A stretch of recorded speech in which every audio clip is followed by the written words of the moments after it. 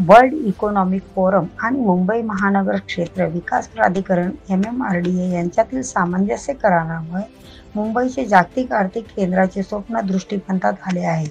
यातून आगामी काळात मुंबईचा GDP सकल उत्पन्न दुप्पट होईल, असे मुख्यमंत्री एकनाथ शिंदे यांनी येथे सांगितले. तर नीती आयोगाने महाराष्ट्राच्या $1,00,00,000 $1 ट्रिलियन इकॉनॉमीच्या दिशेने टाकलेल्या पावलांना बळ दिले आहे, असे उपमुख्यमंत्री देवेंद्र फडणवीस यांनी सांगितले.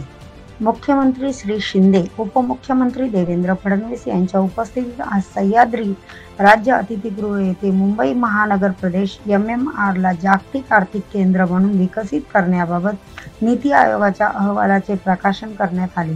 तसेच मुंबई महानगर क्षेत्र विकास प्राधिकरण MMRDA व वर्ल्ड इकॉनॉमिक फोरम यांच्या MMR वर्ल्ड इकॉनॉमी हबसाठीचा सामंजस्य करार करण्यात आला.